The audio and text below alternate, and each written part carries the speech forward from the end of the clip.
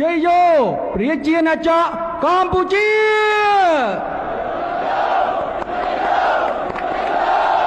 ជ័យយោព្រះករុណា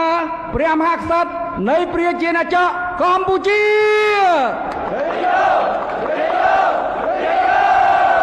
ជ័យយោរាជរដ្ឋាភិបាលនៃព្រះរាជាណាចក្រកម្ពុជា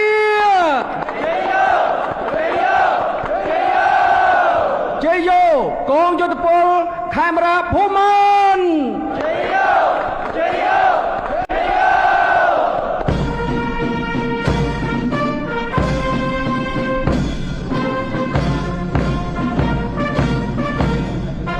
ម៉ែប្រែថាសវណ្ណភូ